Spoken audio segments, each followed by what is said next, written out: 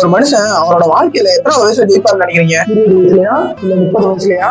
இப்ப நான் சொல்ல போற ஒரு வாழ்க்கையில 65 வயசுலதான் வெற்றியை சந்திச்சிருக்காரு. அவரோட பேரு கர்னல் சார்லஸ் சாண்டர்ஸ். இவர் ஒரு 7 வயசுல குடும்பத்தில் பிறந்தவர். சின்ன வயசுல நிறைய கஷ்டங்கள் சந்தோஷம் வந்திருக்காரு. அவரோட 5வது வயசுல அவங்க அப்பா விளக்குறாரு. அவரோட 16வது வயசுல ஸ்கூலுக்கு போட நிப்பாட்டி வேலைக்கு போக தொடங்குறாரு.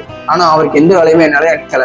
கடைசி அவரோட 65வது வயசுல கவர்மெண்ட்ல இருந்து வாங்கப்பட்ட 105 டாலர் மட்டும் அவர் கையில இருக்குது. நம்ம ஒரு பெயிண்டிங் நினைச்சிட்டு தற்கொலை பண்ண கூட அவர் போனாரு. ஆனா அப்பதான் அவருக்கு ஒண்ணு ஞாபகம் வந்துச்சு. நமக்கு நல்லா சமைக்க தெரியும், நமக்கு தான் ஒரு சிக்கன் ரெசிபி தெரியுமே.